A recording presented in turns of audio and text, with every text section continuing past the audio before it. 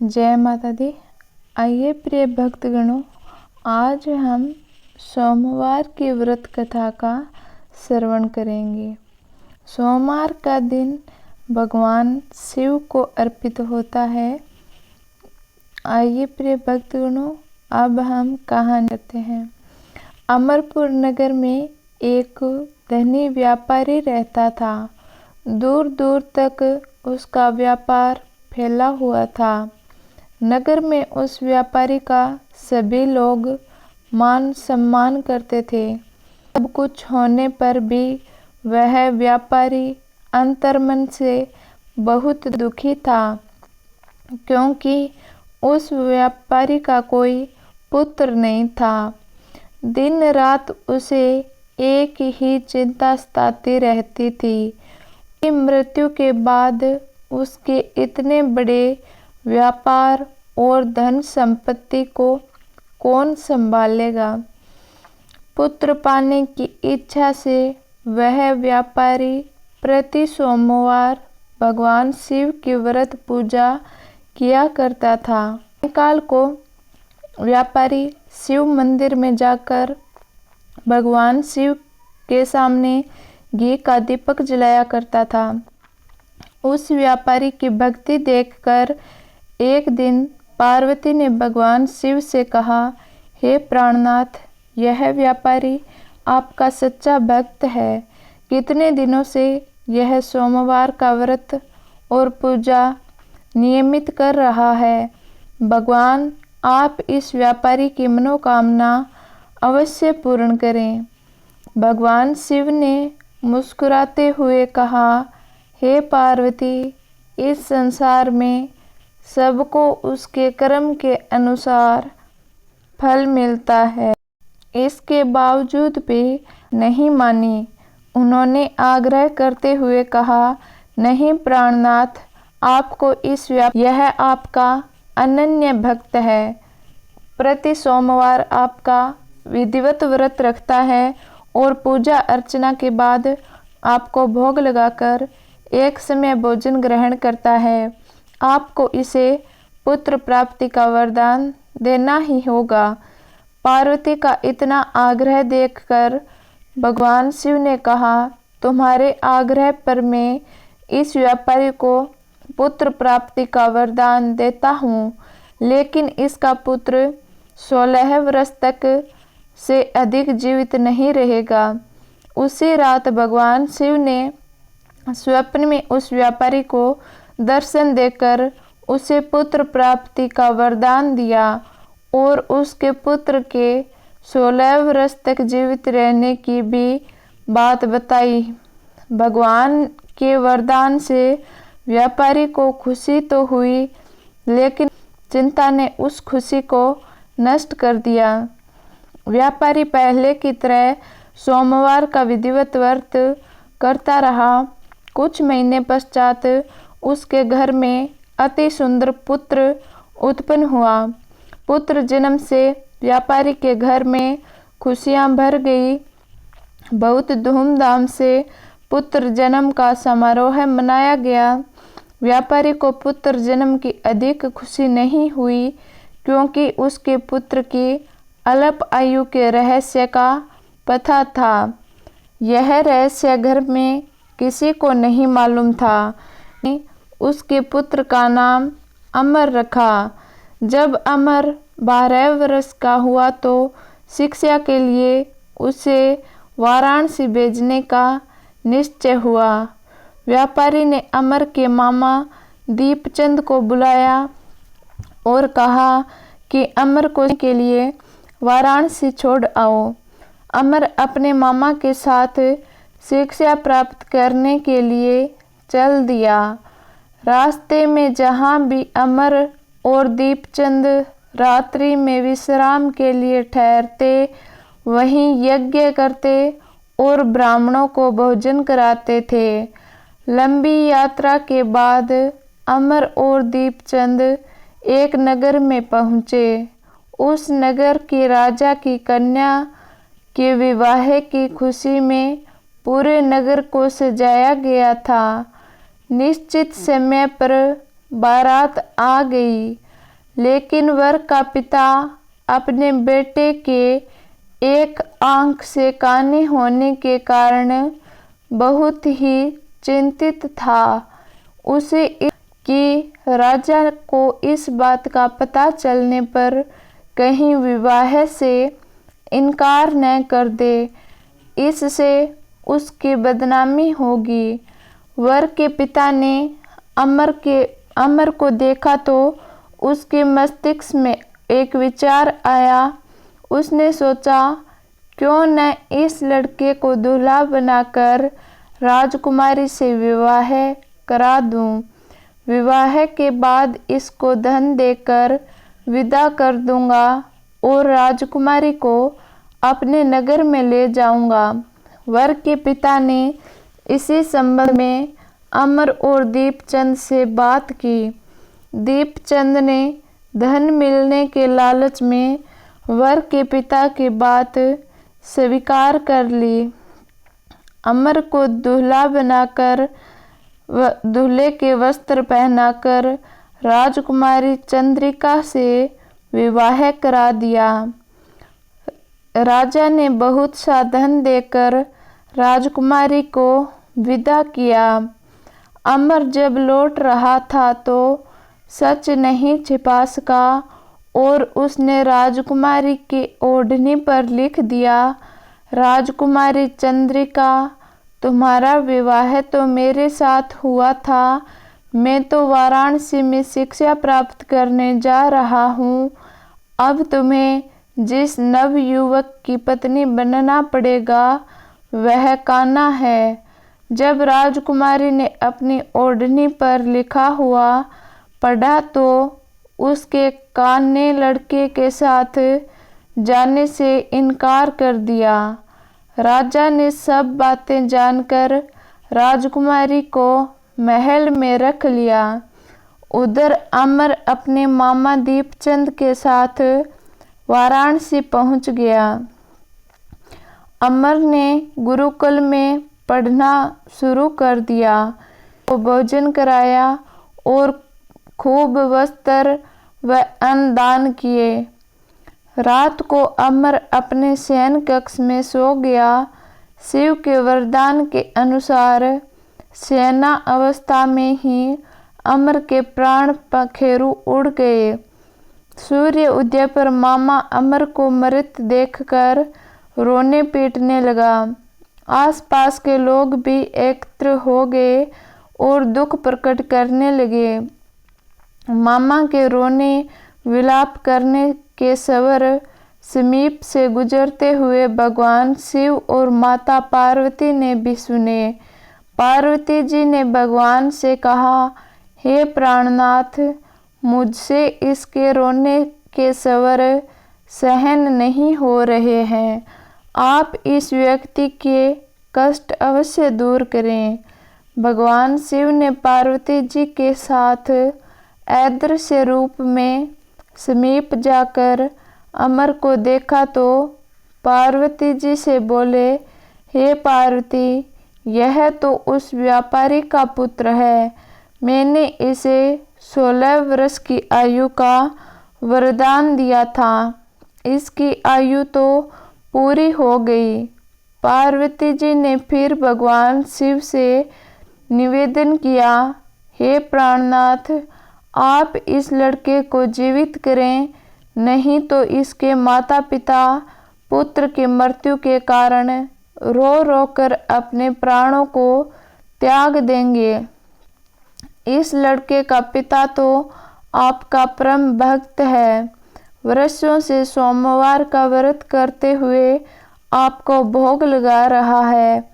पार्वती के आग्रह करने पर भगवान शिव ने उस लड़के को जीवित होने का वरदान दिया और कुछ ही पल में वह जीवित होकर उठ बैठा। सिख दोनों चलते हुए उसी नगर में पहुँचे जहाँ अमर का विवाह हुआ था। उस नगर में भी अमर ने यज्ञ का आयोजन किया। समीप से गुजरते हुए नगर के राजा ने यज्ञ का आयोजन देखा। राजा ने अमर को तुरंत पहचान लिया। यज्ञ समाप्त होने पर राजा अमर और उसके मामा को महल में ले गया और कुछ दिन उन्हें महल में रखकर बहुत सा धन वस्त्र देकर राजकुमारी के साथ विदा किया। रास्ते में सुरक्षा के लिए राजा ने बहुत से सैनिकों को भी साथ भेजा। दीपचंद ने नगर में पहुंचते ही एक दूत को घर भेजकर अपने आगमन की सूचना भेजी। अपने बेटे अमर के जीवित वापस लौटने की सूचना से व्यापारी बहुत प्रसन्न हुआ। व्यापारी ने अपनी पत्नी के साथ समय को एक कमरे में बंद कर रखा था और भूखे प्यासे रहकर व्यापारी और उसकी पत्नी बेटे की प्रतीक्षा कर रहे थे। उन्होंने प्रतिज्ञा कर रखी थी कि यदि उन्हें अपने बेटे की मृत्यु का समाचार मिला तो दोनों अपने प्राण त्याग देंगे। व्यापारी अपनी पत्नी और मित्रों के साथ नगर के द्वार पर पहुंचा। अपने बेटे के विवाह का समाचार सुनकर पुत्र वधू राजकुमारी चंद्रिका को देखकर उसकी खुशी का ठिकाना न रहा। उसी रात भगवान शिव ने व्यापारी के स्वप्न में आकर कहा, हे श्रेष्ठी, मैंने तेरे सोमवार के व्रत करने और व्रत कथा सुनने से प्रसन्न होकर तेरे पुत्र को लंबी आयु प्रदान की है। व्यापारी बहुत प्रसन्न हुआ। सोमवार का व्रत करने से व्यापारी के घर में खुशियां लौट आई। शास्त्रों में लिखा है कि जो स्त्री पुरुष सोमवार का विधिवत व्रत करते और व्रत कथा सुनते हैं उनकी इच्छाएं पूरी होती है।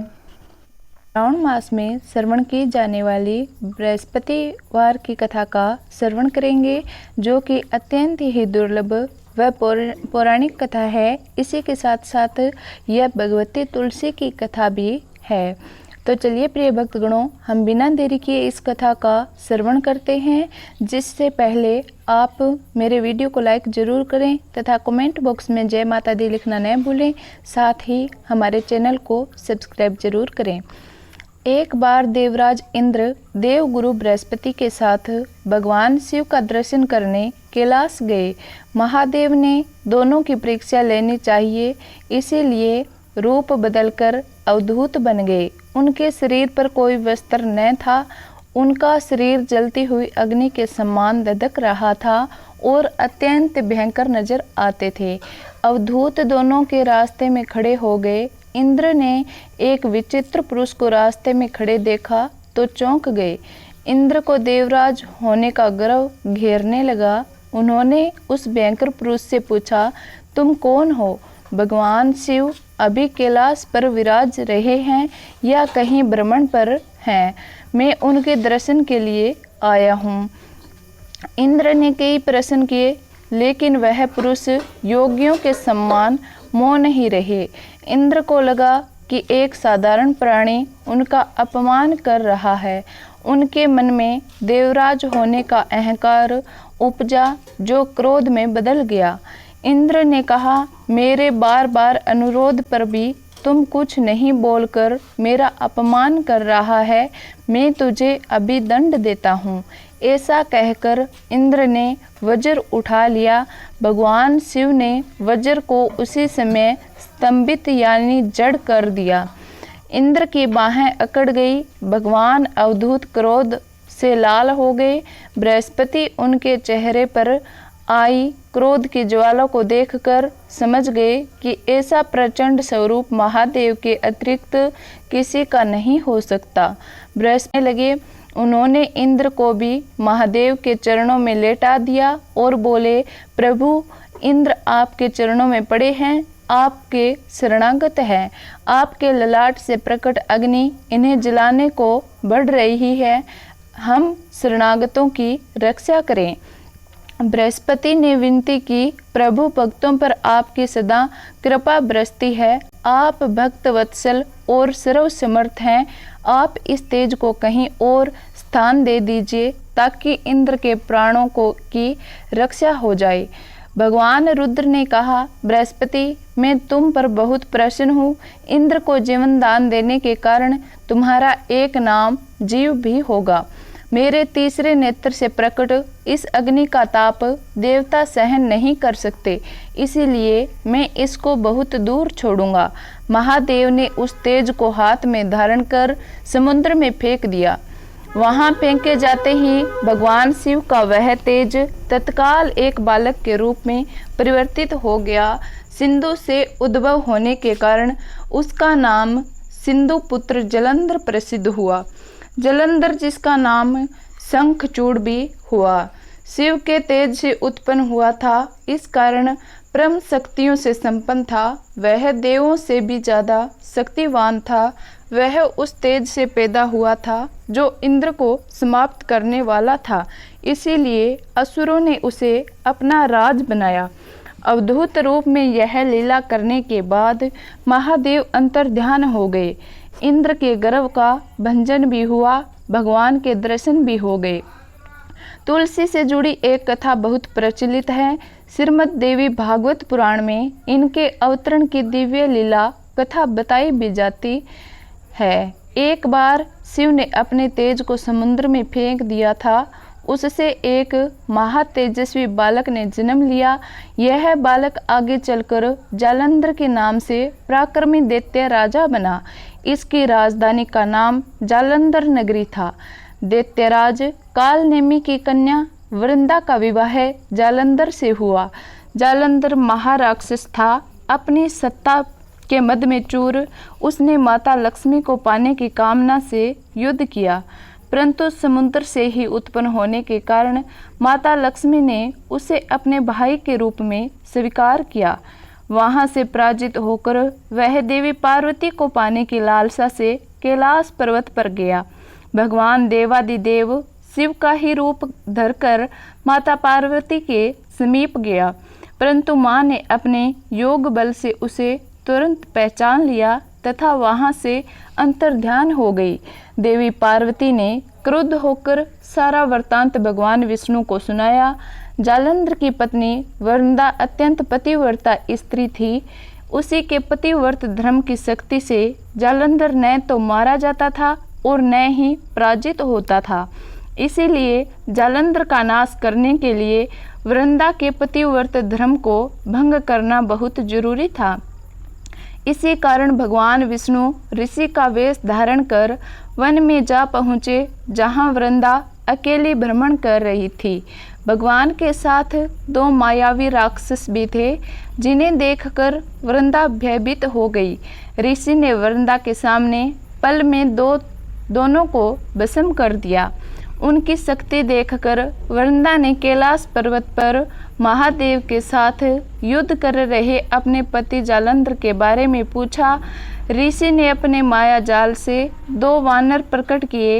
एक वानर के हाथ में जालंधर का सिर तथा दूसरे हाथ में जालंधर का धड़ था।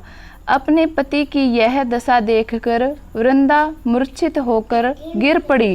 होश में आने पर उन्होंने ऋषि रूपी भगवान से विनती की कि वह उसके पति को जीवित करें। भगवान ने अपनी माया से पुनः जालंधर का सिर धड़ से जोड़ दिया, परंतु स्वयं भी वह उसी शरीर में प्रवेश कर गए।